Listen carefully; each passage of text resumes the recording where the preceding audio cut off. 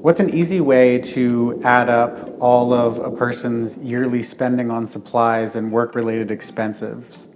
And how much of the income should go back into work-related supplies and miscellaneous in order to minimize what they owe in taxes? There's no easy way. You have to keep track of this. As you spend money, you need to write it down. You need to keep track of it. And there's no real rule of thumb as to how much of your income should be offset by deductions. In one way, you want a whole lot of it to be offset because you want to limit your taxes. But another way, you want to minimize what you're spending to make money so you have more money left over. And that's the thing you have to remember. Sure. Some people get lost about that. They're so devoted to saving money on taxes, they take their eye off the ball of how much money they have to spend, how much their profit is. So you just have to be careful about that. But I don't think there's any easy way. I mean, there is software, QuickBooks and other apps. They help you keep track of what you're spending. And you really need to do that because nothing is worse than to sit down in March and try to reconstruct this stuff because you're under pressure, you're nervous, you're probably going to make a mistake and you're probably going to short yourself. Mm-hmm. I mean, that's the thing that I found all these years, that people who are so concerned about saving money, they get nervous, they cut corners in keeping records, and that costs them money. Mm-hmm. Yeah, I think that's an interesting point that you bring up, is that people say, well, I'm going to spend this money so that I can deduct it on my taxes. But if it's not something that you necessarily need, maybe it's something that you can justify writing off for the business, but you're not saving money by spending money really in the long term. You're actually spending more money.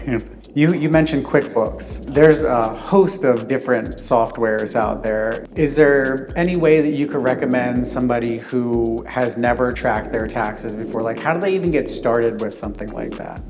What I would do is I'd go to somebody in the shop who works in the next booth and ask other people who do it. I've never done it, so I can't recommend one over the other. But I do know that the people who use them religiously are the best people to ask because they know how to take advantage of them. So I think you have to ask your colleagues in the field. I've been using Quicken for years. Mm-hmm. I know that there's a lot of features in Quicken that I don't use because there's a lot to it. But I find that going on there once a week or once every couple weeks, downloading all of my stuff and then categorizing it all. If I do that like every couple weeks, it helps at the end of the year because I'm not trying to piece it all together. I've seen guys literally have shoe boxes of receipts and papers, and then they sit down, on April 1st and they're like, I have to figure this out in the next 15 days. Well, another great thing about QuickBooks is that's Intuit, which is TurboTax. So they fit together. Those two companies work together. I used to work with those people. They make sure that if you're using TurboTax, it's going to ask you questions if you got stuff you import from QuickBooks. And they are seamless. So it's great.